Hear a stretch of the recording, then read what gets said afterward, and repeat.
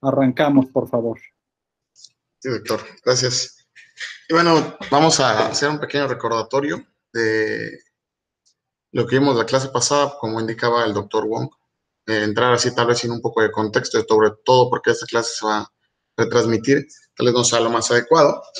Entonces, estábamos hablando de exploración de sistemas geotérmicos, recordando que esta área de sistemas geotérmicos pues, es un área multidisciplinaria donde se necesita de la participación de especialistas de ciencias de la tierra, de ingenieros como ustedes, de varios personal profesional, en este caso de geólogos, geofísicos, geoquímicos, ingenieros en energías renovables, mecánicos, etcétera, etcétera, aquí de todas las formaciones. Entonces, hablamos en específico de la exploración geológica como un método directo en el que tenemos que ir ahí al pararnos en campo, ir allá a tomar nuestras muestras de roca, tomar muestras de lodo, de fluidos, hacer cartografía me refiero a llevar la brújula y poder hacer mediciones de buzamiento, echados de todas las fallas y fracturas que puedes llegar a encontrar en un sistema geotérmico. ¿Para qué? Pues para poder alimentar este portafolio de evidencias o este portafolio que tenemos que ir llenando para poder disminuir el riesgo en la exploración, recordando que en cuanto al riesgo económico, ¿no? De que es bastante alto conforme vayas avanzando en más técnicas de caracterización, como las que les menciono, pues bueno, vamos a ir estando un poco más seguros del potencial de un sistema antes de gastar millones de dólares en la perforación de unos pozos geotérmicos. Okay. Entonces, estábamos hablando sobre la parte mineralógica, que son los minerales, son sólidos, inorgánicos, con una estructura interna bien definida, con una composición química también bien definida, con algunas propiedades que podemos ir midiendo, como su dureza, su raya. Ya platicamos sobre sus ambientes de formación, en donde, bueno, este ambiente de formación puede determinar o nos puede dar información sobre la temperatura, las condiciones en las que se encontraba ese sistema geotérmico para dar origen a los minerales que en la actualidad se están estudiando o que se estudian cuando se va a hacer este muestreo geológico. También hablamos sobre la parte de difracción de rayos X, las inclusiones fluidas, y aquí es donde me gustaría, como siempre, que hubiera participación. Entonces le pediría a Verónica que me platicara un poco de las inclusiones fluidas, por favor. ¿Qué son las inclusiones fluidas y para qué nos sirven en la exploración geológica?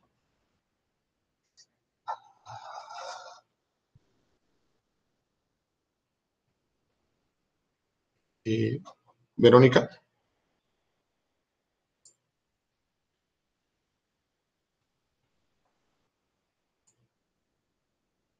No sé si me escucha Verónica Montserrat o no.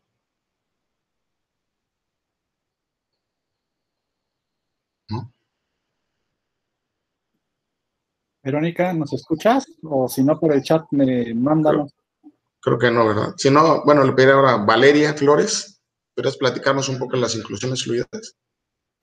Sí, bueno, se supone que las inclusiones fluidas pues son precisamente fluidos que se encuentran atrapados dentro de un mineral, ¿no?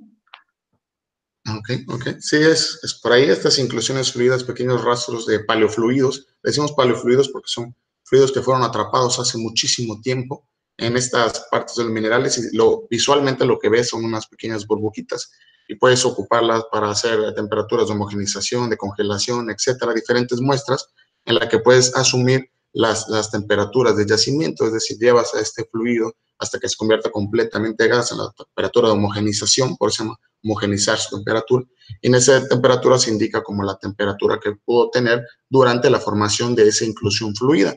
Por ejemplo, ese es un dato que podemos obtener recordando que dentro de la información más importante en un sistema geotérmico, cuando vamos a hacer la exploración geológica, dentro de la información más importante que nos atañe poder encontrar o calcular es la temperatura a la que se encuentra la fuente de calor, es la permeabilidad del mismo sistema, es ver la composición química de los fluidos, etcétera. ¿Por qué nos interesa todo eso? Bueno, ya hablamos de la permeabilidad y hablamos también sobre la recarga natural del sistema. ¿Okay? Ahora, por ejemplo, de la recarga natural del sistema, puedes platicar, Brandon, por qué es importante cuantificar o analizar la permeabilidad referente a la parte de la recarga natural de un sistema. Brandon, Javier. Ahorita en lo que te responden, Gustavo, tienes una pregunta en el chat, que si el petróleo es un paleofluido. Ah, ok, perfecto. Entonces, el petróleo es un hidrocarburo, o decirle un paleofluido hace referencia a que sí, tal vez es un fluido que está ahí presente desde hace muchísimo tiempo, tal vez en concepto puede entrar dentro del concepto de un paleofluido, pero bueno, siempre el petróleo lo vamos a tomar como lo que es, ¿no? Es hidrocarburo, es materia orgánica que estuvo en un ambiente anaeróbico, bajo grandes cantidades de roca, muchísima presión, hasta que llegó a la ventana de gas o la ventana de hidrocarburos, que es como se le llama técnicamente en el área del petróleo, y bueno, ya se comienza a formar pues los hidrocarburos, dependiendo, ¿no? En qué ventana hay sistemas que son mucho más ricas en gas natural, otros sistemas donde el porcentaje de hidrocarburos es mayor. ¿Sí? No sé si respondí la pregunta. Ahí un poco complementando, Gustavo, Sí. hay que tomar en cuenta que cuando se están hablando, por ejemplo, de estas inclusiones fluidas y esos paleofluidos, se asume que no ha habido modificación del fluido en cuanto a composición. En cambio, el petróleo a lo largo desde que se deposita la materia orgánica en el lugar donde quedó y se va cubriendo de tierra, va entrando a profundidad, aumenta la presión, la temperatura, como dijo Gustavo, en condiciones anóxicas, eh, va sufriendo cambios y va sufriendo modificaciones. Entonces, cuando nosotros analizamos un paleofluido, se asume que ha tenido cambios cuando mucho de fase, es decir, de líquido a gas, pero no en composición química, porque eso no nos permite usarlo para hacer un análisis como el que les platica Gustavo, de saber a qué temperatura se formó y por lo tanto determinar qué temperatura tenía en ese momento la roca. Entonces, esa es una diferencia principal. Sí se formó hace mucho tiempo el petróleo, pero no lo podemos usar como lo está comentando Gustavo, que se usan las inclusiones fluidas y otros paleofluidos que se pueden encontrar. Exacto, claro. Sí, es una cuestión que no mencioné, pero en la parte de los análisis para la geotermia se asumen algunas cuestiones. Por ejemplo, si lo hacemos el símil con la parte de los geotermómetros de solutos, también se asume que ese fluido que viene directamente del reservorio y que durante su ascenso a la superficie prácticamente no tuvo ningún cambio físico-químico que pudiera alterar sobre todo la química del fluido y que la medición o el cálculo de la temperatura a través de esa composición química pues es lo más precisa posible. Entonces, sí, como dice el doctor, se asume ese tipo de cuestiones y en caso del petróleo, toda la razón, ¿no? Es un proceso químico de millones de años para poder dar origen al hidrocarburo. No sé si existe otra pregunta o no. Bueno, estamos, entonces, si no, seguimos hablando sobre la parte de esta introducción rápida de las clases pasadas. También hablamos sobre la recarga natural del sistema, como le he mencionado, tenemos que, en parte geológica, pues analizamos las muestras de roca. También analizamos la química, sí, pero también analizamos la parte física. Vemos si es una roca porosa y si es una roca porosa, también es una roca permeable o no.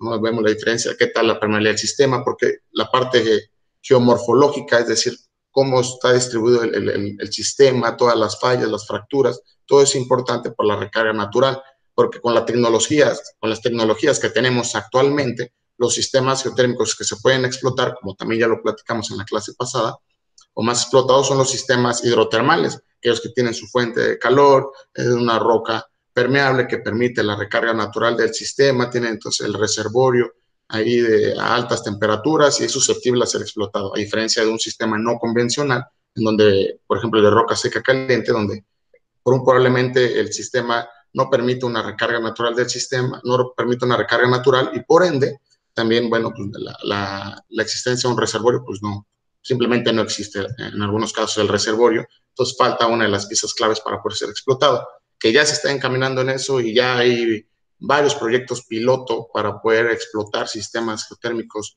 no convencionales como los de roca seca caliente, y ya están, ¿no? Por nombrar algunos, el de Habanero en Australia, el Souls Forest en Francia, y así podemos nombrar, creo que el Fenton Hill en California, creo que fue de los primeros, etcétera. Entonces ya se está encaminando. Entonces ya hablamos un poco de esta manera general. También hablamos sobre el ciclo de las rocas, hablamos lo que es una roca sedimentaria, cuyo origen es de una roca precursora, que sufre procesos de meteorización, de intemperismo químico, etcétera, que fragmenta esta roca en muchos pedacitos a los que llamamos sedimentos, que estos sedimentos van se transportan hacia una cuenca sedimentaria donde se va a ver una acumulación de este material en grandes volúmenes hasta que sucede el proceso de diagénesis, que por efectos de la presión se consolida, dando origen a una roca nueva. Esa roca la llamamos una roca sedimentaria.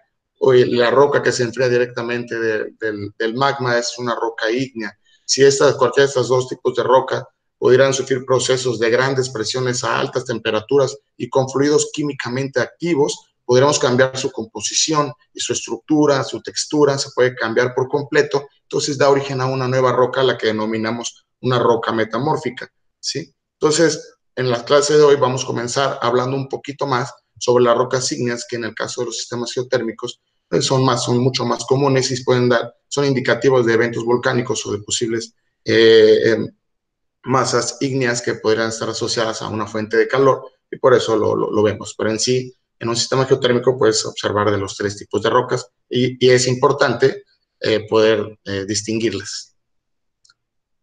Entonces, bueno, las rocas ígneas, ¿qué son? Ya lo habíamos platicado, rocas que se enfrían directamente del magma, ¿no? Puede ser lento o puede ser muy repentino. También dimos un ejemplo por decir, si es un enfriamiento lento, todos los minerales de esa roca por lo general tienen el tiempo suficiente, el espacio y las condiciones adecuadas para formarse, entonces forman minerales bastante bonitos, etcétera, más grandes del grano, etcétera. Y en un enfriamiento repentino, como en una erupción volcánica efusiva, así grande de la nada, una roca muy clásica es la obsidiana, que es la con que estamos muy familiarizados porque lo hemos visto en muchas artesanías y bla. Y sabemos que, bueno, les comenté que pues, debido al enfriamiento tan rápido que sufre ese mineral, bueno, es que la textura es vidriosa, ¿no? Por eso lo llamamos un vidrio volcánico, porque no tuvo la condición, ni el tiempo, ni el espacio necesario para desarrollar los cristales o sus minerales. Pero entonces esto da pie a que podamos subdividirlas en varias formas, dependiendo a su textura, de acuerdo a su origen y de acuerdo a su composición. Dependiendo de su textura, es decir, si tiene el granos son las pequeñas, permítanme, por ejemplo, esta roca, ¿no? Si ven, tiene varios puntitos negros, blancos, color café, etcétera. Entonces, la textura de la roca, podemos decir, si está muy lisa, o sea, los granos no son de un tamaño adecuado, no se siente granosa tal cual, o si tiene los granos bien desarrollados. Es decir, eso es lo que llamamos textura de la roca. Y lo podemos dividir en estas que les menciono en la presentación, que vamos a ir, tal vez no metiéndonos tanto, pero sí viéndolo un poco. De acuerdo a su origen, lo que les mencioné, puede haber rocas ígneas que se formen dentro de la corteza terrestre y otras rocas que se formen fuera de la corteza terrestre. Entonces, estas las vamos a llamar extrusivas o intrusivas. También se le llaman volcánicas o plutónicas. Plutónicas son dentro, volcánicas son afuera, extrusivas son afuera, intrusivas son dentro de la corteza. Y también los podemos clasificar dependiendo a su composición. Lo vamos a ver un poco más. Pueden ser félsicas, máficas o ultramáficas. Y va respecto a la concentración o al contenido de sílice que tenga el magma precursor de esa roca. ¿Okay? Entonces, bueno, tenemos estas, de acuerdo a su origen, intrusivas, extrusivas. Creo que esto es bastante, se infiere bastante bien, por decir, las intrusivas, rocas formadas dentro de la corteza terrestre, rocas extrusivas son formadas fuera de la corteza terrestre. Aquí le pongo algún ejemplo. Un granito es una roca clásica que se forma dentro, es una roca intrusiva, es decir, su enfriamiento es lento y va dentro de la corteza terrestre. Por ejemplo, un basalto, esta es una colada de lava que aún está en enfriamiento, pero bueno, a esto voy, ¿no? El volcán hace erupción y esta colada de lava, bueno, empieza a enfriarse mucho más rápido que si estuviera aquí dentro, ¿no? Dentro de la corteza. El enfriamiento aquí es bastante lento, por eso da tiempo de que se formen los minerales bien. En cambio, ya al estar a temperatura ambiente, bajo tal vez condiciones de agua, etcétera, el enfriamiento es mucho más rápido. Me gustaría, por ejemplo, platicarles sobre, ¿ustedes han ido a prismas basálticos? ¿Alguien me diga si los conoce o no?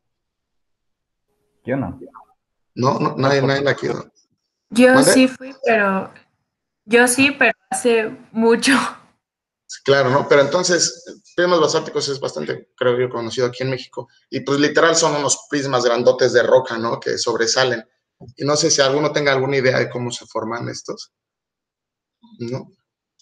Por ejemplo, al decir basáltico, que es una roca extrusiva, ya para empezar. Si es una roca extrusiva, entonces se formó a manera repentina, su enfriamiento fue más rápido.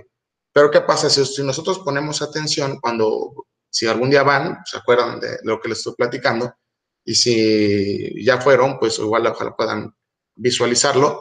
Si ustedes veían hacia la parte más alejada, o sea, la parte más cercana del parque por donde bajan las escaleras, los primas están ahí perfectos, ¿no? O sea, están súper bonitos, están bien formados y todo, ¿no? Si te ves hacia la parte más alejada, vas a ver que solamente es como rocas y sin forma, o sea, va perdiendo la forma de los prismas. Entonces, visualícenlo de esta forma. Si es una roca extrusiva porque son prismas basálticos, es decir, de una composición basáltica, entonces quiere decir que se enfriaron afuera. Antes toda esa región estaba inundada, estaba llena de agua, y toda esa zona estaba inundada. Entonces el volcán o el aparato, la estructura volcánica hace erupción. ¿Y qué pasa cuando entra en contacto con el fluido? Inmediatamente, pues hay un enfriamiento muy, muy rápido, ¿sí o no? O sea, es decir, comienza a tocar el magma, todo el agua, toda la parte inundada, y se empieza a enfriar rápidamente. A ese enfriamiento tan rápido no le da el tiempo de formarse, no le da el tiempo de enfriarse lentamente y que forme la estructura de prisma. Entonces, esa es la parte que está más alejada. Pero ¿qué pasa? El magma entra en contacto con el agua, el magma disminuye su temperatura y el fluido comienza a aumentar su temperatura. Entonces, va a la primera cola de lava basáltico, está ahí, se enfría muy rápidamente, pero ya aumentó muchísimo la temperatura del fluido. Entonces sigue haciendo erupción y ya no tiene la misma temperatura. Es decir, ya el enfriamiento ya no va a ser tan rápido como la parte más exterior, que la más alejada, sino que ahora el enfriamiento va a ser mucho más lento debido ahora a la nueva temperatura que tiene esa agua o ese fluido que estaba ahí. Entonces, durante ese enfriamiento más lento, da el tiempo necesario de que se formen estos prismas, ¿no? Se empieza a fracturar porque tienen esta tendencia a dejarse fracturar en ese sentido, en esa forma hexagonal. Entonces empiezan a formar los prismas que son los que conocemos. Entonces, estoy tratando de ejemplificar la diferencia que hay entre que el magma se enfríe tan rápidamente a que tenga mayor tiempo de enfriamiento, es decir, se vaya enfriando mucho más lento. ¿Okay? Entonces tenemos estos dos tipos de rocas, intrusivas y extrusivas. ¿Okay? No sé si había preguntas, aunque no. Entonces, de acuerdo a su textura, es lo que les mencionaba, tenemos las faneríticas y las afaníticas, y son esto, mira, o sea, lo que les mencionaba, una estructura de grano grueso debido al enfriamiento lento, o sea, entonces se ve mucho más detallado los granos que conforman a la roca, debido a qué, de nuevo, al enfriamiento lento del magma. Tenemos las afaníticas, que lo que les mencionaba aquí, ven cómo está toda granosa, se ven todos los granos que conforman a la roca, mientras que en una roca de textura afanítica, pues pareciera que está completamente lisa.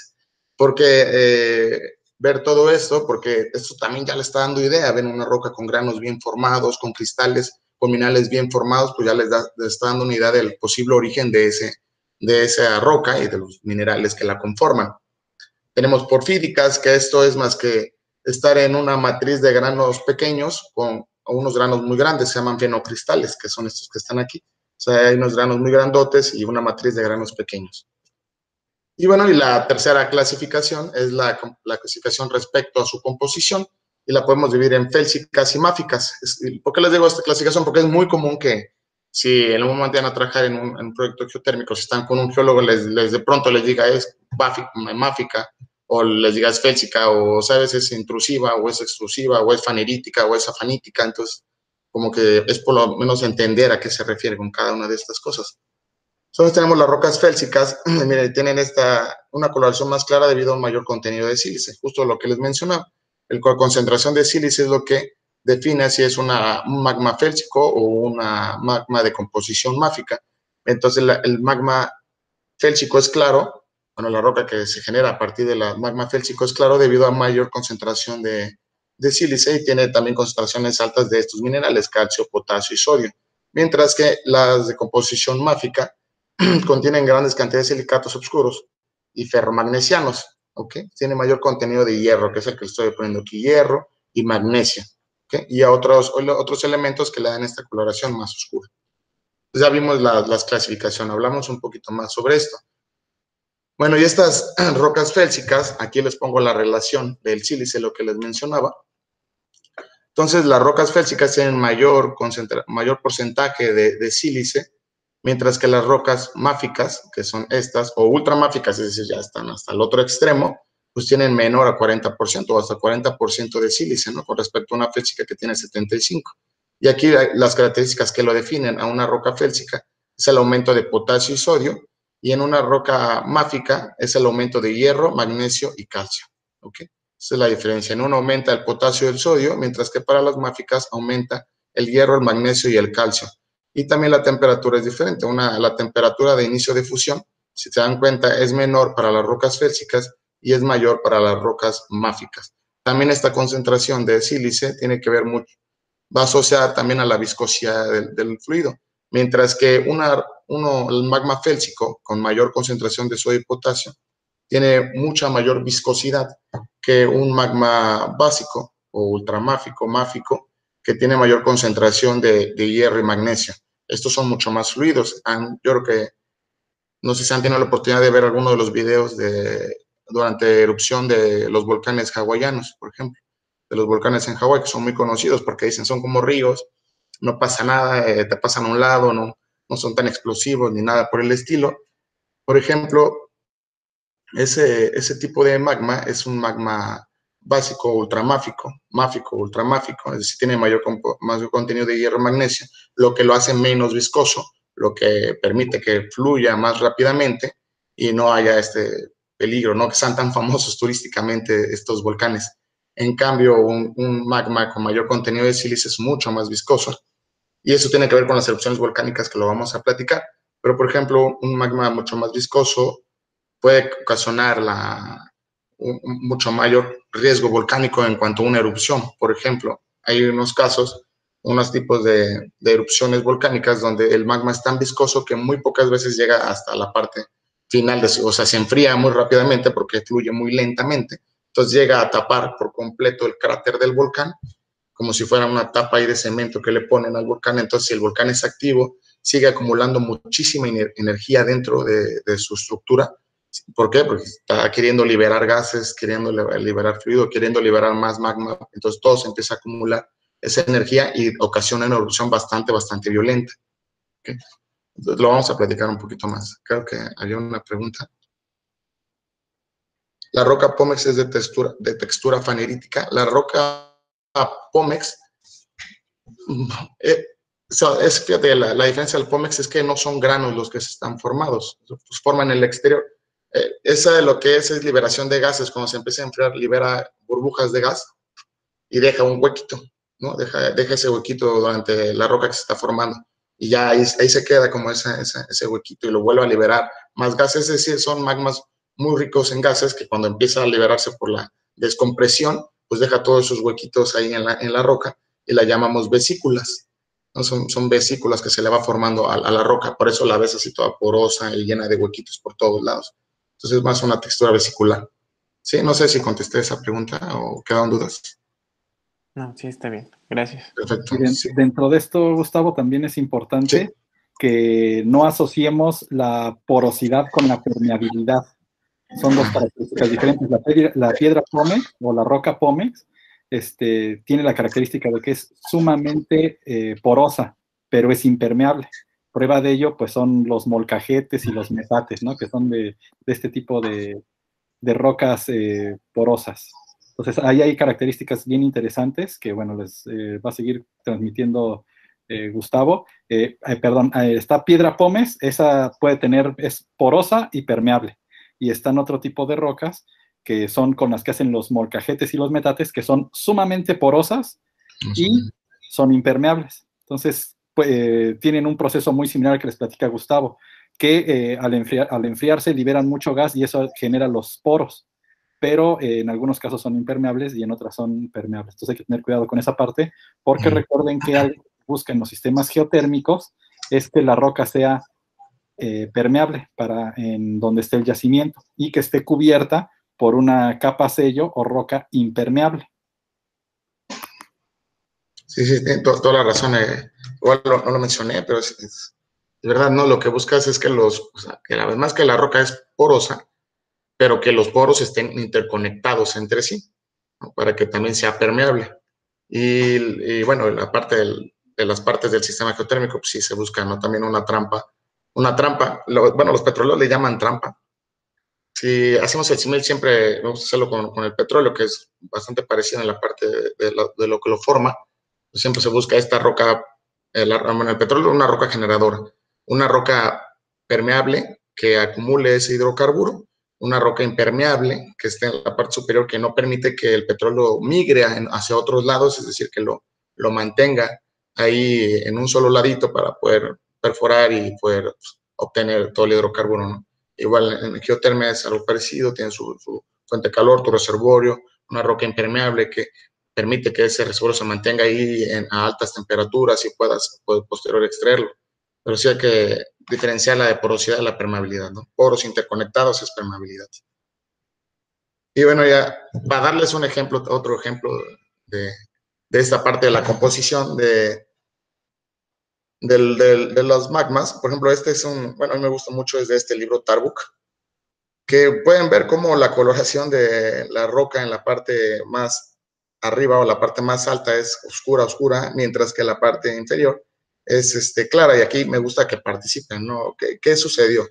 ¿Qué sucedió en esto, Benjamín? ¿Por qué está así esta coloración de la roca, Benjamín Santamaría?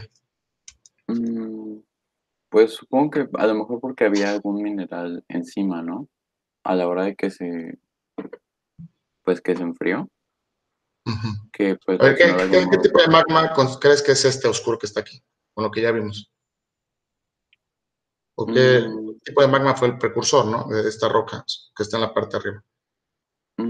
Pues yo creo que parecido como el que nos explicaste hace rato de los prismas basálticos. Es basáltico, ¿no? Por la coloración. ¿Qué concentración tienen los basálticos, Benja? ¿Es rico en qué? Era rico en hierro, ¿no? Hierro, calcio, magnesio. Magnesio. Exactamente. Entonces, ¿qué tipo de magma lo asociarías? ¿Es la parte inferior?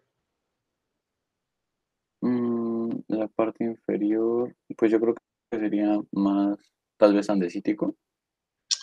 ¿Ok? Sí. Ah, bueno, aquí está, ¿no? Te aprendiste otra palabra nueva. Sí, andesítico, que va más hacia un magma félsico, ¿sí?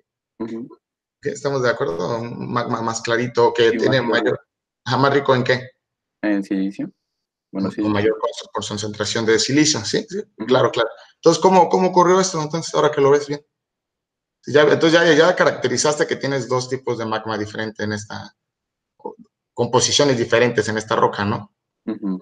¿Qué asociarías que pudo haber pasado para que todo esto oscuro esté arriba y toda la parte de abajo sea clara? Pues yo asociaría que la parte de abajo se enfrió algo más rápido que la de arriba, porque la de arriba tuvo más tiempo para enfriarse. No, bueno, no va tanto por ahí. Checa esto. Lo que podemos ver aquí son dos tipos de magmas diferentes.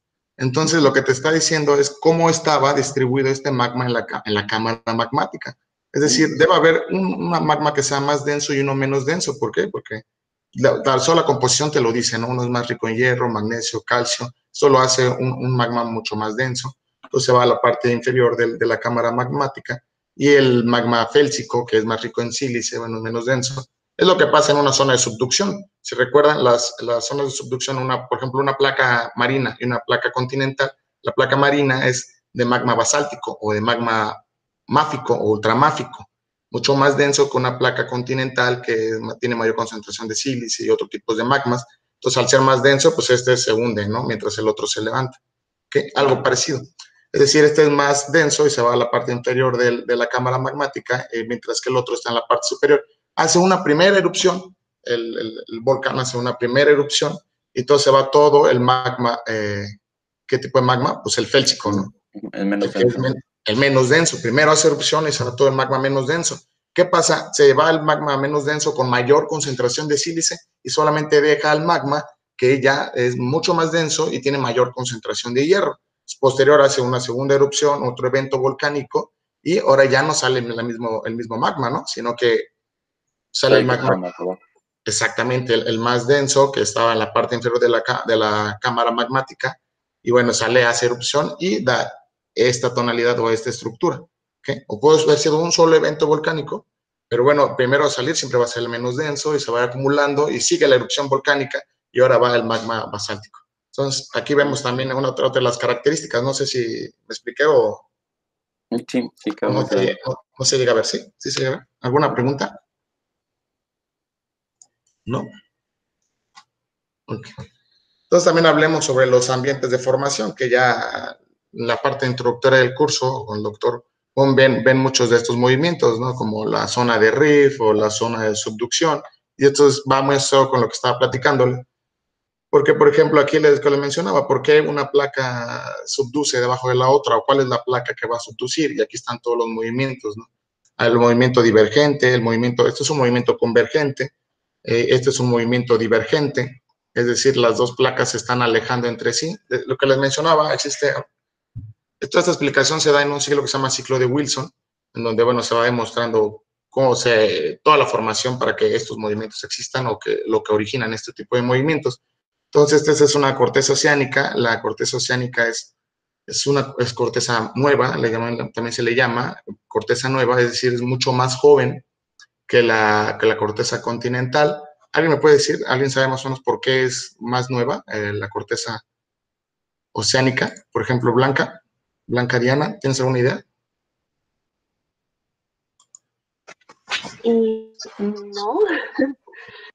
No. No. Por ejemplo, ¿llegó un mensaje? Ah, no, ok. Entonces, por ejemplo, la corteza oceánica es más nueva, más joven, por este tipo de cosas. Por ejemplo, las zonas de rift, ¿sí? En estas cortezas oceánicas se empiezan a separar estas placas, o hacen este movimiento de divergencia, y entonces se empieza a adelgazar la corteza, empieza a adelgazar.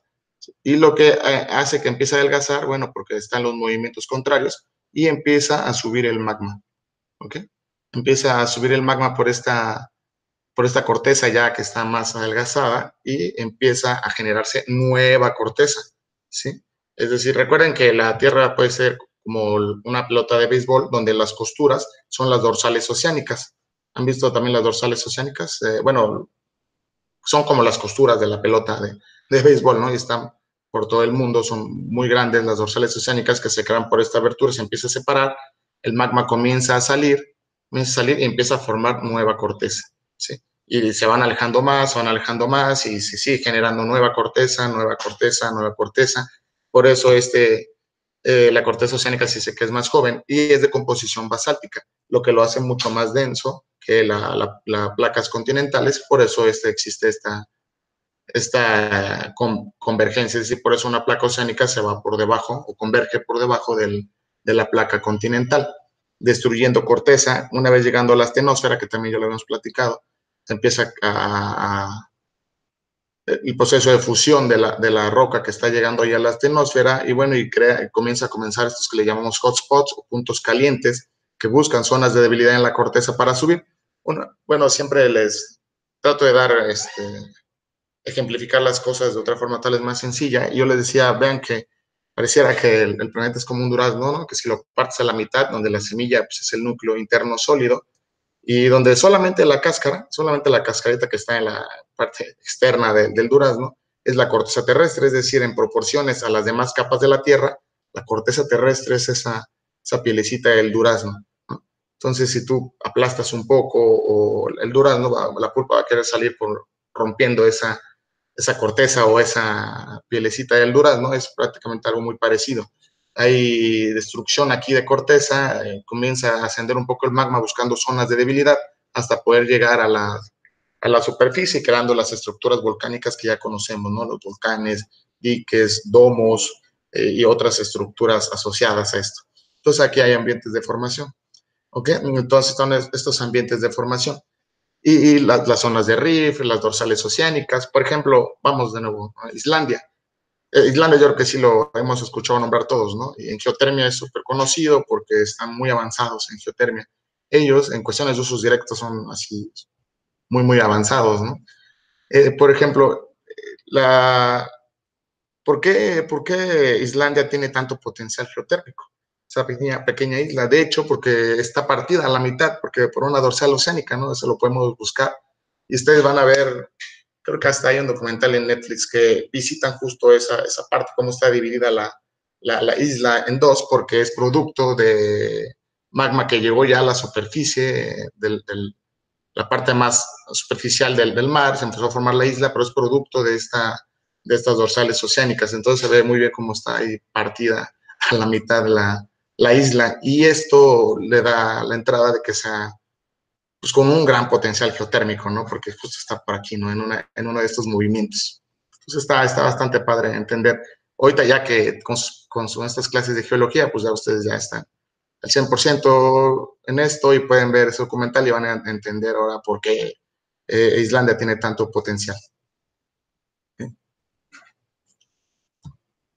Y ahora también hablamos sobre las fallas y las fracturas. Esto se los muestro rápidamente. Por ejemplo, para hacer... un minuto.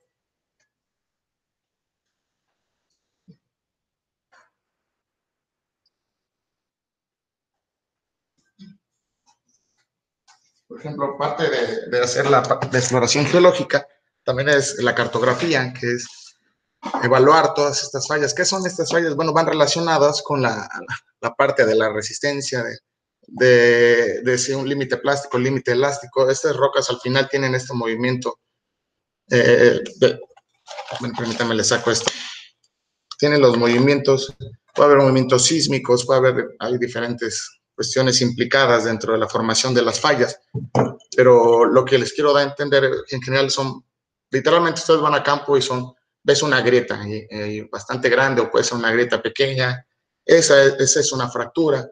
Cuando le llamamos falla, va relacionada a que existió un movimiento de los bloques, y justo aquí se los pongo, miren, puede haber fuerzas de compresión, fuerzas de tensión, de cizalla, que son los tipos de fallas que tenemos. Y estas líneas que se ejemplifican aquí en estos modelos conceptuales son las fallas. Si ustedes ponemos un poco más de atención hasta ese que está pequeño, pueden ver que aquí viene este color cafecito y termina aquí, está partido por esta línea. Y este mismo color cafecito comienza, pero ahora más abajo. ¿Sí? Está más abajo. Es decir, existe un movimiento, uno de los bloques cayó y otro de los bloques subió. ¿Okay? Y estas fallas llevan una dirección, dirección de buzamiento, es decir, hacia la profundidad, hacia dónde van. Normalmente esto aquí lo haríamos al lado del 3.1 porque hay ahí unas fallitas. Pero ¿por qué es importante esto? Porque esto te da la dirección de recarga. Es decir, recordamos, ya hablamos de la recarga natural del sistema. Entonces, se hace a través de la roca es permeable o de las fallas que tienen las fracturas y las fallas del sistema. Entonces, por eso es importante saber la dirección, porque si yo veo aquí por ejemplo, en esta imagen veo que todas van en esta dirección, hacia la izquierda, con un ángulo de inclinación. De tantos, no lo sé, ¿no? Aquí lo dibujaron así. Entonces, si existe recarga natural del sistema, pues el agua no se va a venir para este lado, ¿no? El agua que está recargando al sistema, pues va a ir en esta dirección, hacia la dirección de buzamiento de las fallas. Por eso es importante, una vez que ya tengo yo cartografiada todas las fallas, pues puedo inferir hacia dónde va la recarga del sistema. No sé si me di a entender con esto o hay alguna duda. Sí, está bien. Sí, todo, ok, perfecto. No está visualizando. Y para eso utilizamos las llamadas brújulas Brunton, así es el nombre de estas brújulas porque no son brújulas convencionales, se llaman brújulas Brunton, que nos ayudan a medir los ángulos de buzamiento de las fallas, ¿sí? Por ejemplo, creo que obviamente no se alcanza a apreciar muy bien, pero aquí en el interior, lo que pueden ver, además del límbolo graduado, de la flecha donde marca el norte, etcétera, hay dos niveles más, hay dos verdecitos que se ven justo aquí en la parte izquierda, no sé. Y estos son el conocido nivel de burbuja, y el otro nivel es el nivel para poder calcular el buzamiento de las fallas. Y de esta forma, el ángulo de buzamiento es es el de mayor ángulo, ¿no? Aquí botan agua porque justo donde botan agua y la dirección que lleva el agua se supone que es el de mayor ángulo de inclinación, es donde se debe realizar la medición del buzamiento, ¿ok? Entonces, bueno, literalmente, aquí no se puede, no puedo explicarles muy bien cómo se hace el buzamiento, pero prácticamente es llevar el segundo nivel, el nivel cilíndrico, llevarlo a que esté estable, ¿no? O sea, nivelarlo tal cual. Y ese nivel lo podemos mover con esta herramienta, bueno, con esta palanquita que está en la parte de abajo, ¿sí? Y tiene un limbo graduado para ese nivel, que pues cuando ya está nivelado te marca ahí los grados de declinación, bueno, los grados de inclinación, el ángulo de buzamiento. Y así es como puedes medir estas características, ¿ok? Entonces, no sé si existe alguna duda o todo esté bien. Seguimos, supongo, doctor Wong, que en este caso no tomaremos descanso, ¿o sí? Solo quería preguntar. No sé si o Benja, los demás. Tal vez 3 minutos. Lo que no sé, cómo platican. Bueno, ustedes díganmelo. ¿Sí? ¿Sí? ¿Tomamos el descanso entonces? Sí. Ok, entonces, bueno, entonces. Sí, 5 minutitos para que estiren Ok. piernas y demás.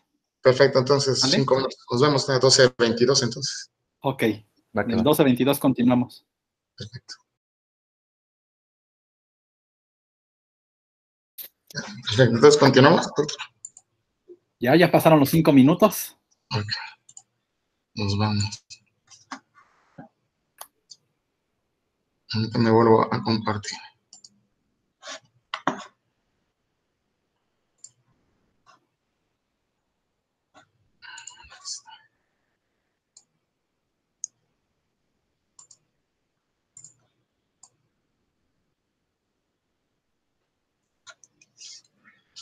Listo, pues bueno, quería saber si existe alguna pregunta, porque vamos a pasar a otro tema, vulcanología. Todos están bastante... Yo tengo una pregunta.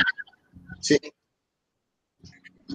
Sí, en la formación en la elevación de magma hacia la superficie, en el caso de las subducciones, ¿también existe la formación de rocas, como en el caso de las erupciones volcánicas? a ver, en esta parte de aquí, ¿sí? En la que te estoy compartiendo, señalando. Sí, ahí mira. Sí, claro, sí existe formación de rocas, aunque como te lo mencionaba, serían intrusivas, tienen su tiempo de enfriamiento es mucho más lento, pero sí, todo pues, se va formando roca. Mientras esté fuera, bueno, mientras vaya subiendo la corteza, va a ir perdiendo temperatura, se va a ir enfriando de manera paulatina y va a dar formación, va a dar a la formación de rocas. Okay. Hay varias características específicas que podemos estar platicando sobre estos ambientes de formación, por ejemplo, aquí es corteza marina, corteza continental, pero ¿qué pasa cuando hay convergencia entre dos marinas, por ejemplo, entre dos placas o dos masas marinas con la misma densidad? Bueno, una siempre tiende a subducir sobre la otra. Por ejemplo, cuando son dos continentales, es otra cosa, porque ahí siguen siendo menos densas que el magma que está en la astenosfera, y al ser menos densa es como si quisieras meter un corcho en agua, ¿no? Se lo puedes sumergir, pero siempre va a volver a salir, pues menos densa. Entonces ahí lo que pasa es que se golpean las dos placas continentales y como son menos densas que la parte que está de la astenosfera, entonces ninguna se va a subducir, sino que van a converger y va a haber un borde con pues, voy a crear una cordillera, podemos ponerlo así. Claro, las grandes cordilleras del planeta están formadas de esa misma forma. Y así, bueno, podemos ir platicando sobre todas estas. Este era un ejemplo que les quería dar sobre una estructura. En este caso, esta es una estructura caldérica, es decir, hablamos sobre la parte de convergencia, divergencia, que son bastante regionales, bastante grandes. Hablamos sobre la parte de las fallas, y este es un modelo conceptual que propone López Hernández en el 2009 para un sistema geotérmico oculto o de roca seca caliente como lo que es Acapulco. Entonces, donde podemos ya visualizar todo lo que hemos estado platicando, pero ya plasmado aquí en esta parte conceptual. Sí, por ejemplo, aquí está indicando las fallas regionales que encuentra en el sistema. Este tipo de simbología es para darte referencia qué tipo de rocas son. Por ejemplo, rocas volcánicas, granito. Esta es parte de la Sierra Madre Oriental. Chequen, todavía llega hasta acá, ¿no? En la parte inferior hay partes, ¿no?, que pertenecen a la formación de la Sierra Madre Oriental. Estas zonas son regiones de basamento, alteración hidrotermal, auroras metamórficas. Recuerden que estaba asumiendo que esta es la fuente de calor. Entonces existe auroras metamórficas o metamorfismo asociado a las zonas más cercanas a esta fuente de calor. Por aquí habla sobre la composición de los gases, etcétera, etcétera, etcétera. ¿Qué es una estructura caldérica? Es, por ejemplo, se asocia a una salida efusiva de magma, es decir, estaba la estructura, un volcán. ¿Sí? Estaba el volcán, de pronto hace erupción muy efusivamente, es decir, con una gran cantidad de volumen, un volumen muy grande de magma. Entonces la cámara magmática que está abajo del volcán disminuye drásticamente el volumen de magma que contiene, lo cual lo deja ahí semi o parcialmente vacía, nunca vacía completamente, pero sí con un mucho menor volumen del que tenía originalmente debido a la erupción tan efusiva. Entonces, todo el peso que tiene por encima de la estructura volcánica del volcán, pues ya acá ya no está quien lo sostenga, entonces colapsa el volcán y forma una estructura semicircular a la que se le llama una caldera, que no es que cayó la estructura, cayó el volcán, se hundió y dejó un pequeño anillo, ¿no?, una estructura semicircular.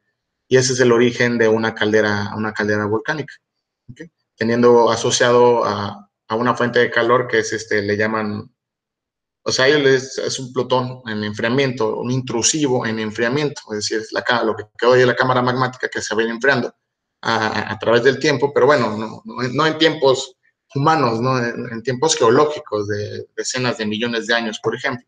Por eso también se considera que la geotermia es una fuente renovable, sobre todo si hablamos a escala temporales de humanos, ¿no? O sea, no veríamos terminar de ver que se enfríe por completo un intrusivo de esta forma. Entonces, estos ejemplos se los pongo pues para que vean cómo se representa al final, ¿no? Cuál es un producto final que debemos obtener de toda la recolección de información. Por aquí se ve fácil decir, aquí están las fallas, aquí bla, bla, bla, aquí hicieron esto, pero para llegar a este modelo conceptual fueron meses de trabajo seguramente de geológicos, meses de trabajo de geofísica y de inferir y muchísimas más cosas. ¿Ok? Pues no sé si existe alguna pregunta, es el momento. En la parte geológica vamos a entrar a la parte de vulcanología, que igual sigue perteneciendo todo el material al proyecto PAPIME. Entonces, ¿alguna pregunta o todo bien? Todo bien, todo bien. Ok, perfecto. Entonces hablamos de vulcanología. Esta exploración vulcanológica, que luego ya una vez detalla que vimos los conceptos geológicos, ya va a ser mucho más sencillo seguir el hilo de estas cuestiones. Sobre esto ya les hablé, las regiones volcánicas y su importancia en la geotermia. Les hablé cómo se originó el cinturón volcánico transmexicano, por qué estos dos sistemas geotérmicos se encuentran en esta área asociada a la falla de San Andrés, al vulcanismo que existe ahí. Por ejemplo, un dato importante es que también se planea aprovechar el hidrovolcanismo que existe en el mar, o sea, dentro del agua. Y aquí hay unos grupos también del semigeotérmico que estaban trabajando justo en el Mar de Cortés, en la cuenca de Wegner, se llamaba, creo si no mal recuerdo, y otros más, para poder aprovechar el recurso geotérmico marino también. ¿Okay? Y bueno, esto ya lo platicamos de manera breve, pero sí lo platicamos del cinturón volcánico transmexicano y esta zona. Entonces, México tiene potencial, México sí tiene potencial debido a las características geológicas y estructurales que tenemos. ¿Okay? Y aquí un dato, bueno, se estima que para una determinada cantidad de magma arrojada por un volcán, un volumen 10 veces mayor permanece debajo de la superficie, formando cámaras magmáticas que calientan a las rocas circundantes. Porque se imaginen la cantidad de volumen de magma que puede llegar a tener una cámara magmática y para poder tratar de dimensionar el gigantesco tamaño que tiene una cámara magmática. Entonces, existen unas cámaras magmáticas de volcanes ya no activos, que están en enfriamiento y le llaman batolitos. Son estas de varios kilómetros de diámetro y demás, pues son muy, muy grandes. Entonces hay una gran cantidad de material de magma ahí acumulado que se está enfriando y que dependiendo de la profundidad a la que se encuentre, pues son posibles fuentes de calor para la producción o para poder instalar una planta geotérmica. Entonces, bueno, por lo menos 10 veces más menciona este autor, ¿no?, que hay de material en el subsuelo de lo que hace erupción.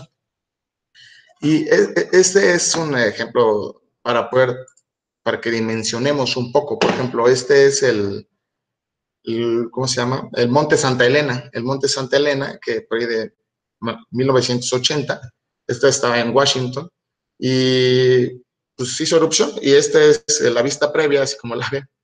Y bueno, ahorita les presento cómo quedó después de la erupción que tuvo lugar en este volcán. O sea, cambió drásticamente toda su área alrededor, ¿no? Vean la devastación tan grande, y pues el mismo cráter, la misma, se vio dañado debido a la gran erupción, y tiene que ver con lo que les platicaba de la composición de cada magma, que puede dar origen a diferentes tipos de erupciones volcánicas, unas muy, muy violentas y unas no tantas, ¿no? O sea, vean, aquí está bastante bien formado el cráter, y aquí, pues bueno, prácticamente se destruyó. Como dato, cobró 60 vidas, como unas 60 vidas esta erupción volcánica, y pues muchas murieron debido a la parte de calor, es decir, el magma que llegó, las cenizas pues envenenadas por los gases también. Y cuando hacen erupciones tipo de volcanes, salen volando también rocas gigantescas, ¿no? De hecho, ahorita vamos a ver los tamaños de las partículas que pueden arrojar los volcanes al aire, producto piroclástico se le llama. Y bueno, ahorita lo vamos a ir viendo. Entonces vamos a platicar sobre la estructura de un volcán. El cráter, ¿okay? La zona de salida de los productos volcánicos. El cono volcánico, pues bueno, es todo esto, ¿no? Hasta aquí está el cráter, donde sale todo el producto volcánico. El cono volcánico, donde se van formando por capas. Recuerden que el volcán es erupción, es decir, no apareció de la nada y tuvo ese tamaño, o los volcanes tienen ese tamaño que ya tienen actualmente, ¿no? El Popo, por ejemplo, no tiene el tamaño que tuvo actualmente, sino que esa estructura de cono se va formando a través de los millones de años con cada erupción volcánica que tiene el lugar. ¿Sí? Se va bajando por gravedad, se va enfriando y bueno, va haciendo su forma cónica, ¿no? Mucho más amplia en las faldas y más delgada en la parte del cráter. La chimenea, que ya conocemos, que donde asciende a la superficie todo el producto, todo el magma, y posterior sale por el cráter, ¿no? Y la cámara magmática, que es donde está todo el material, la roca fundida y acumulada en la corteza terrestre. Entonces, bueno, creo que esto es conocido, ¿no? Ya lo hemos visto en algunas otras ocasiones, en clases, en otras clases, preparatoria o algo así. ¿Alguna pregunta? ¿No? Seguimos. Seguimos. Ok, perfecto. Entonces, simplemente aquí les pongo otro. Este es un diagrama conceptual bastante bonito. Este ya es un poco más real, y justo lo que les mencionaba, ¿no? Fíjense cómo aquí el autor de este libro, de Tarbuk, trata de ejemplificar todas estas erupciones volcánicas añadiendo colores, ¿no? Por capas, es decir, aquí se ven como las linecitas, ¿no? por cada evento volcánico. Y puede haber subramificaciones, ¿no? Es decir, la chimenea volcánica no es que sea perfecta, cilíndrica y llega hasta el cráter y nada más ahí, ¿no? Sino que pueden encontrar zonas de debilidad. Imagínense una cantidad de magma tan grande que está en la corteza terrestre, pues crea movimientos telúricos en el subsuelo, entonces puede llegar a fracturar las paredes del volcán, y dando origen a estos pues, conos parásitos que le menciona el autor. Se van formando conos parásitos. ¿Ok? Entonces, permítanme un minuto. Creo que hay una pregunta. ¿Sí, Maximiliano? Sí, hola. Entonces, con este número de capas se puede calcular hasta la vida del volcán. Para calcular edades, o sea, sí, yo creo que lo asocias con la parte de los arbolitos, ¿no?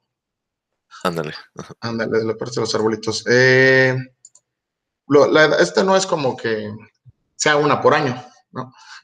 Entonces, creo que los anillos no estoy seguro, ¿no? Los anillos de los árboles, creo que marcan cada un año, ¿no? Si no recuerdo.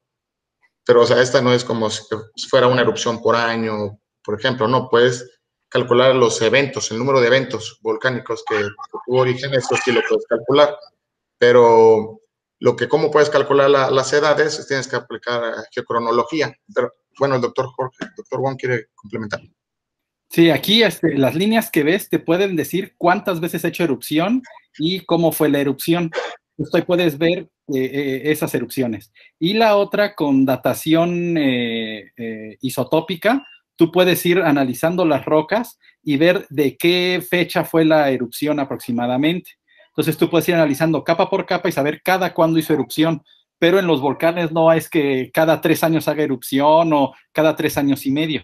Eso depende de muchos factores. Entonces, las técnicas para ver cuándo hizo erupción un volcán es analizar la roca y se hace lo que ya se llama datación radiométrica. O sea, ves los componentes radioactivos que tiene el volcán o las rocas en este caso y analizas el tiempo de vida media de cada uno de los isótopos que tiene. Entonces, más adelante podemos platicar cómo se hace esta datación, ¿no? Es algo que se llama vida media y se usa con todos con los elementos radioactivos que pueden estar presentes en la roca.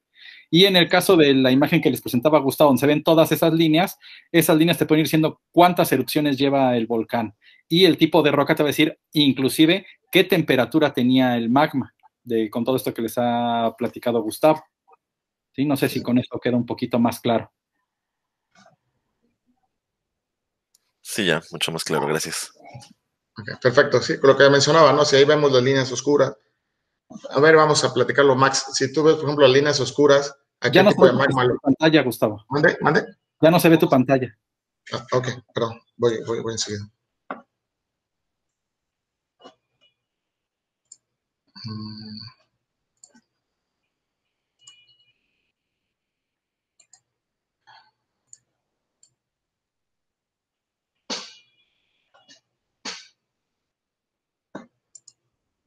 Sí, por ejemplo, Max, si tú ves así lo estamos haciendo de manera muy general, ¿no? No quiere decir que realmente vayas al campo y nada más por ver el color de una roca ya digas, puedes asociarlo con un magma máfico, ultramáfico, determinar precisamente cuál es el tipo de roca, llevaría otras técnicas, pero por ejemplo, de manera conceptual, para ver si vamos entendiendo, ¿qué me dirás tú, Max? Por ejemplo, de las líneas oscuras a las claras, ¿a qué tipo de magma lo asociarías? O sea, las oscuras ultramáfico. Podría ser las líneas más claras, ¿a qué tipo de magma? ¿Máfico? Máficos, siguen siendo oscuras, ¿no? Sí.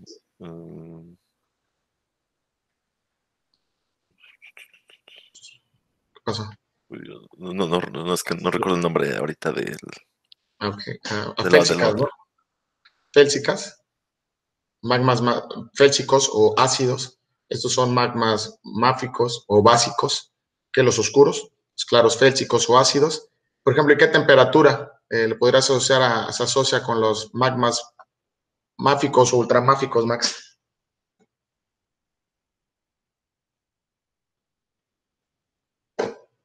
O alguien que le gusta ayudar. Temperatura muy alta para los másicos, ¿no? ¿La temperatura qué?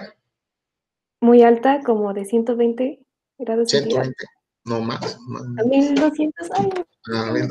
1200 grados Celsius para las rocas de composición máfica, 750 temperatura para los magmas félsicos, ¿sí? Entonces, eso lo hice para hacer referencia a lo que mencionaba el doctor Wong, ¿no? Información que sí podría aportarnos este tipo de esquemas o poder tomar las muestras de roca.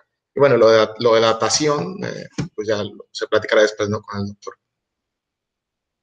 Y aquí es lo que llevamos, ¿no? Los tipos de erupciones. Están las erupciones hawaianas o efusivas, que estos son lo que les mencionaba, se forman como grandes ríos de lava, pero son no son de tanto peligro debido a que no son explosivas. En cambio, estas que les pongo aquí sí son explosivas, ¿no? La estromboliana, la vulcaniana, la pliniana, etcétera, ¿no? Ok. Por ejemplo, la hawaiana, pues ya es claro, ¿no? Es una magma de composición máfico, ultramáfico, que tiene una menor viscosidad debido a que tiene menor concentración de sílice y eso hace que tenga menor viscosidad y fluya mucho más rápido y bueno, no tiene tanta liberación de gases, no tiene tanta vapor de agua ni nada por el estilo que pueda hacerlo mucho más peligroso. En cambio, la pliniana, por ejemplo, es una proyección violenta y es explosiva. debido a que tiene una gran cantidad de gases, y entonces forma una columna muy, muy grande de gases durante su explosión. Pueden mandar material piroclástico, como la que hablamos de la piedra Pómex y todo el material piroclástico, rocas que salen volando hasta en radios de 20 kilómetros. Entonces, bastante fuerte este tipo de explosiones. Y tenemos la vulcaniana, es una explosión volcánica violenta, frecuentemente está relacionada con la interacción del magma con agua, ¿sí? Causando la fina fragmentación del magma. Es decir, tiene mayor contenido de vapor de agua, ¿okay? Y eso lo hace también bastante peligroso. Si existe una descompresión abrupta, ¿no? Es decir, como ustedes preparan algo en la olla de presión, sí, la de presión, entonces, y la liberan nada más sin bajar la temperatura, es decir, lo liberan, sale volando la tapa, ¿no? Y te puedes accidentar y todo eso, ¿no? Es una descompresión muy rápida de este producto volcánico, muy rico en agua, en vapor de agua, pues crea erupciones bastante violentas. Tenemos también la estromboliana, que esta también es violenta, pero esta es mucho más viscoso, su magma, ¿ok? Lo que pasa es lo que les platicaba con anterioridad, como es mucho más viscoso, puede llegar a solidificarse en la parte del cráter, fungiendo como un tapón, y provoca que siga habiendo acumulación de energía, porque el volcán está queriendo hacer erupción, liberando gases, liberando vapor de agua, liberando el magma. Entonces, al fungir como un tapón, pues explota, ¿no? Pero sale rompiendo la estructura del volcán, sino nada más por el cráter, sino que rompe la estructura del volcán, que son el grosor de la estructura del volcán, pues puede ser muy, muy grande. Imagínense la cantidad de energía necesaria para que eso pudiera ocurrir. Esa es una cantidad inimaginable, muy, muy grande de energía. Y bueno, rompe la estructura del volcán y pues salen volando diferentes, aquí. Bueno, ahorita vamos a tocar. Salen volando todo este material piroclástico que puede ir desde la ceniza hasta las bombas, se le conocen. Las bombas pueden ir, creo que son de unos cuantos centímetros en adelante. Puede haber bombas de 2, 3 metros, 4, 5, 6 metros, es decir, unas rocas de ese tamaño. Imagínense la cantidad también de energía necesaria para que salgan volando durante varios decenas, cientos o kilómetros. ¿Okay? Aquí hay una pregunta de Roberto, ¿sí? Sí, bueno, le iba a preguntar si ese tipo de explosión estromboliana es como la del volcán de fuego que fue en Guatemala en el 2018. En el 2018 no sé de ese volcán, tengo que admitirlo que no lo sé. Pero, por ejemplo, el Popo sí es de estas tipos de erupciones súper violentas, ¿sí? El Popo sí hay que tenerle cuidado, ¿no? Puede acumular tanta energía que durante una erupción del Popo sería realmente catastrófica, porque es de este tipo de erupciones volcánicas. Ahora, podemos determinar si es una de este tipo de erupciones, la que mencionas, el volcán de fuego, pues me imagino que si fue noticia es porque causó muchos destrozos, ¿no, Roberto? Sí. Bastante. Entonces habría que ver, ¿no? A ver qué tan grande fue la columna de cenizas que arrojó, qué tanta cantidad de gases, hasta dónde llegaron los materiales piroclásticos, etc. No lo sé, el del fuego, pero lo puedo investigar y lo platicamos si gustas en otra siguiente sesión. ¿Te parece, Roberto? Sí, estaría interesante discutir algún caso sobre un volcán y ver. Claro, me parece perfecto, ¿no? Como que les mencioné, el del Santa Elena, imagínense.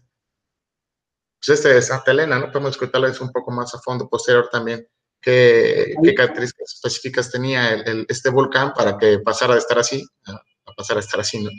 ¿Sí? ¿Alguien iba a hablar? En del Santa Elena también, igual la próxima sesión, no sé si incluimos en esta presentación, Gustavo, pero tenemos la cronología del tiempo que llevó la erupción. O sea, estamos hablando del tiempo de erupción del Santa Elena, que fue de segundos, la destrucción del cono volcánico y de todo el domo fue cuestión de segundos, por eso la gente no pudo ni reaccionar. Esas imágenes que les presenta Gustavo de cómo estaba antes y cómo quedó, fueron segundos. O sea, una explosión sumamente violenta, donde más de 3/4 partes del volcán salió destruida, ¿no? En esa erupción. Es impresionante. Y como esas erupciones están, la del Vesubio, que arrasó con una ciudad completa. De hecho, han encontrado todavía vestigios de personas calcinadas y petrificadas por la erupción del volcán. O sea, hay casos muy, muy violentos de del Paracutín, ¿no, doctor? También creo. También el Paricutín, pues hay muchos eventos relacionados, ¿no? Mucha gente ahí en esa zona quedó muy afectada, no solamente por la erupción, ¿no? Sino por todas las creencias que había. Gente que perdió la razón en esa explosión. Inclusive por ahí en alguna serie televisiva de algún artista famoso sale que el papá de ese artista pues quedó mal a partir de esa explosión. Entonces, de hecho, actualmente se puede ver, ¿no? Las coladas de lava, ahí se pueden ver todavía. No hay calor, pero ahí están presentes, ¿no? Y yo creo que siempre es impresionante poder ver cómo quedó toda esa zona. Por eso siempre pongo esta foto para poder dimensionar o tratar de dimensionar, ¿no? La cantidad de energía tan grande que puede tener o que puede arrojar un evento volcánico de estos tipos. Pues nada más calculen ustedes lo que tomaría o lo que se requiere de energía para elevar una columna de ceniza a 3 kilómetros de altura. O sea, ustedes nada más analicen cuánta energía se requiere para lograr eso, ¿no? Ahora imagínense la energía liberada solo en la pura explosión para destruir un cono volcánico de esta magnitud, y aparte pues, la temperatura a la que sale el magma, la distancia que llegan a recorrer las rocas que son expulsadas del volcán. O sea, son eventos sumamente impresionantes, ¿sí? Entonces, aquí el caso del Popo es un caso que ha sido monitoreado, y ya nos hemos acostumbrado a que de repente avienta ceniza, de repente ha tenido ha salido algo de lava, pero como bien les comenta Gustavo, o sea, al Popo hay que tenerle mucho cuidado porque si acumula la suficiente energía, la explosión puede ser sumamente violenta. Y recordemos que tenemos 3 ciudades muy cercanas y pues lamento decirles que Cuernavaca no se salva. O sea, también a Cuernavaca le puede llegar. O sea, lo tenemos muy cerquita, Ciudad de México, Puebla, Cuernavaca, ¿sí? Entonces...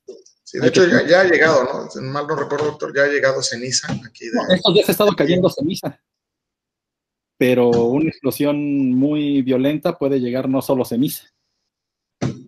Y ahora ellos, bueno, ahorita ya todos ya saben por qué, ¿no? Ahorita ya que comprenden la parte de las características del magma, su viscosidad, la composición química, bueno, pues ahora ya entienden un poco mejor por qué la plática de que el Popo es peligroso, ¿no? Dependiendo de su gran viscosidad que tiene, su magma, y que puede taponear el cráter y puede pasar algo que ojalá nunca sea así, ¿no? Algo parecido a lo que está aquí en esta imagen, ¿no? Ojalá y nunca sea así. Pero bueno, creo que Jessica tiene una pregunta.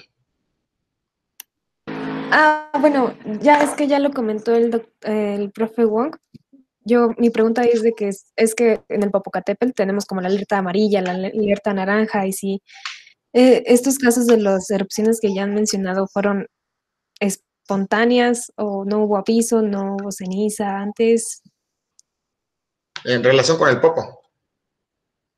Bueno, en el Popo sí, porque pues ya lo discutimos, pero en las erupciones de Santa Elena y las otras que han mencionado que causaron catástrofes, ¿no hubo algo parecido?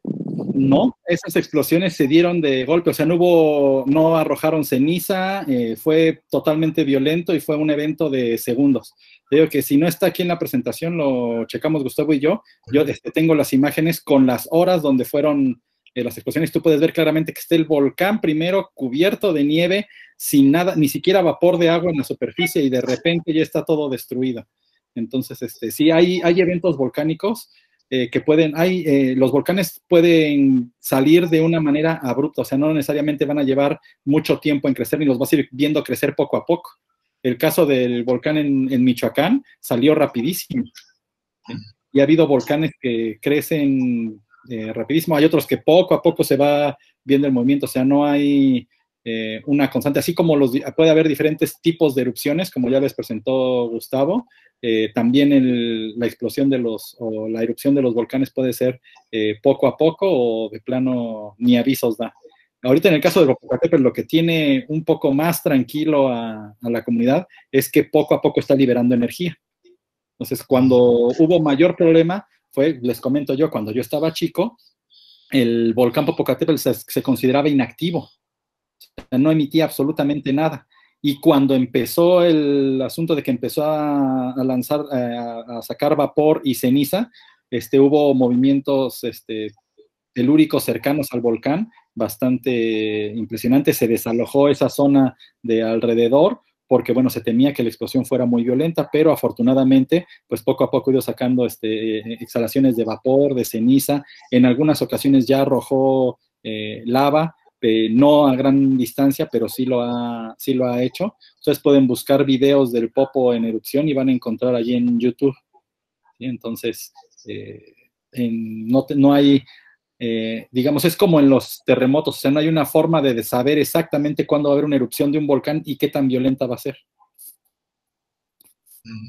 Sí, no es posible. Lo que se llegan a hacer es monitorearlo sísmicamente. Eso sí, por riesgos volcánicos monitorean sísmicamente las estructuras, ponen geófonos para ver las vibraciones, porque tal vez no avise porque exhale o algo, pero sí existen movimientos en el interior que si están monitoreados, pues te pueden dar un aviso, ¿no? De que, oye, algo está pasando, puede haber que exista una liberación de energía próximamente, ¿no? O una erupción.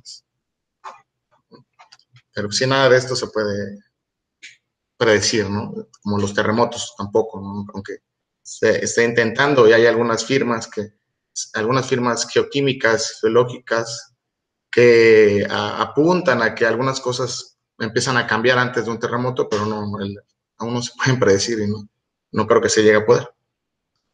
No sé si continuamos o existe otra pregunta.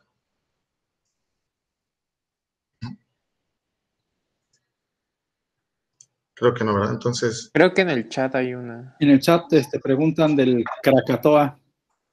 Del Krakatoa, de este famoso, ¿no?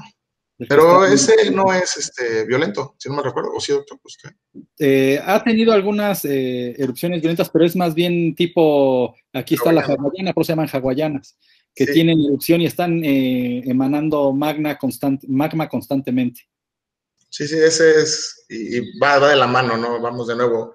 ¿Por qué no es violenta? Pues tiene menor concentración de gases, vapor de agua, la composición química de este magma es basáltico, lo que es más rico en hierro, magnesio, calcio, lo que le da una menor viscosidad, por lo tanto, pues es menos peligroso, ¿no? Ya haciendo el cúmulo de ideas que ya hemos ido acumulando durante estas clases.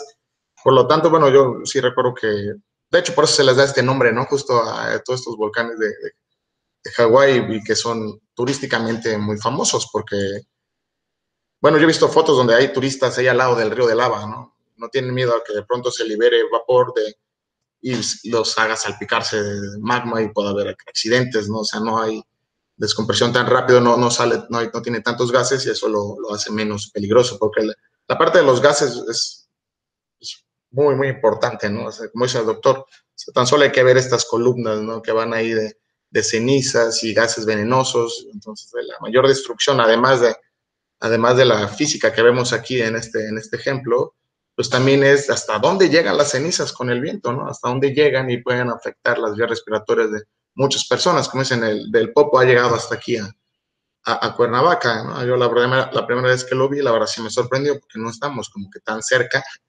Y en cambio veías los coches como empolvados, ¿no, doctor? Creo, ¿sabes? Como si no los hubieran lavado en un buen tiempo, pero eran cenizas, producto de una exhalación del Popo. Sí, y de hecho ahorita pueden observar en sus casas, o sea, pueden ustedes limpiar y ven las mesas al día o a los 2 días llenos de una capita de polvo, pero es una capita de polvo sumamente finita y como color cafecita grisácea. Eso es ceniza del Popo. Ahora, la cuestión es que no solo cae, ¿no? Sino es peligroso estar respirando. Hay que estar atentos al monitoreo. Cuando dicen, está cayendo ceniza, pues eso de salir a jugar básquetbol o correr y demás, no se debe hacer. ¿Por qué? Porque lo aspiras y es algo que no sale ya de los pulmones. Una vez que tú aspiras ceniza de un volcán o ceniza del aire, ya no es fácil, no sale ya de los pulmones. Y la otra, esa misma ceniza, en México, en Ciudad de México se dio mucho el problema de cuando cae la ceniza, la gente lo que quiere es limpiarla y lo primero que hace es echar agua. Sucede que esa ceniza con agua, pues hagan de cuenta que están haciendo cemento. Entonces tuvieron un taponeadero muy grave de varios ductos de los registros y de desagüe. Entonces, hay muchos problemas asociados con estas erupciones, asociados a nosotros, no a nuestra actividad como humanos, ¿sí? pero bueno, también eso es parte de que ayuda a fertilizar algunos campos y demás, porque trae varios minerales, ¿no? También. Entonces, bueno, ahí es todo un tema multidisciplinario y de diferentes problemáticas, esto de las erupciones de los volcanes. Sí, claro, dependiendo de la vertiente donde lo veamos, ¿no? Porque sí tienen razón, la parte de la agricultura creo que es bastante famoso, ¿no? Que a las faldas del Popo pues, puede sembrar muchísimas cosas debido a lo rico que puede ser debido a todas las cenizas, las erupciones que tienen y a la cantidad de minerales, ¿no? Que tienen ahí asociados estas rocas ahí cercanas o los suelos cercanos. Entonces, bueno, continuando, no sé, faltan 4 minutos, no sé si tengan más preguntas o dudas o quieren hacer algún comentario. Emiliano, por favor. Es por eso que cuando tú quemas o algo así como o sea, haces una fogata o leña o una carne asada y el carbón o las cenizas se las echas a las plantas, sirve como fertilizante, justamente por lo que están mencionando, de que por los minerales y todo eso que tienen también. Pero el carbón que ocupas, por ejemplo, la carne asada y todo eso es madera, ¿no? Sí, o sea, es leña, o sea, o madera seca, sí. Sí, esto es producto volcánico, al final, o sea, la ceniza y todo eso sigue siendo material, o sea, siguen siendo rocas, ¿no? Un pequeño tamaño, mira, por ejemplo, aquí lo tengo, ¿no? Venía más adelante, aquí está, por ejemplo, polvo, ceniza gruesa, el apilli y los bloques o bombas, ¿no? Que les digo, va de mayor a 64 milímetros hasta varios metros de tamaño, pero al final siguen siendo rocas. Y las rocas, ¿qué es una roca, Milena? La definición de una roca que les dije.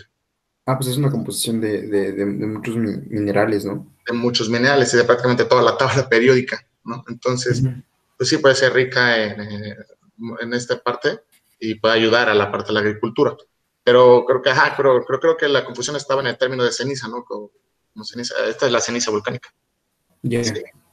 Sí, Sí, o sea, no es lo mismo la ceniza volcánica que lo que sale de la quema del carbón, porque pues, la ceniza volcánica lleva diferentes minerales, como ya lo mencionaron. Y en el caso del carbón, pues es precisamente eso, gran cantidad de carbono básicamente, ¿sí? Pero es mucho más rico para fertilizar la ceniza volcánica que las quemas que hacemos, ¿no? O los residuos de carbón ya quemados. Y ahorita, por ejemplo, vimos, perdón, Emiliano, ¿querías decir algo más?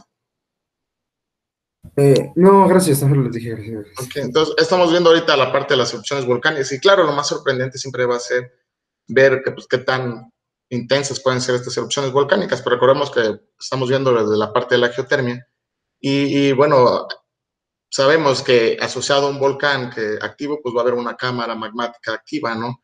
O a una estructura volcánica ya antigua, pues va a haber, o sea, hay una cámara magmática que está en enfriamiento, que ya no está activa, pero puede estar en enfriamiento y que puede ser aprovechable para la exploración de sistemas geotérmicos. Y ya nada más les dejo ahí, bueno, como para pensarlo, ¿no? A ver por qué entonces no se ponen las plantas geotérmicas muy cercanas a los volcanes, ¿no? Entonces yo se los dejaría como para razonarlo, es que mañana lo platicamos, ¿no?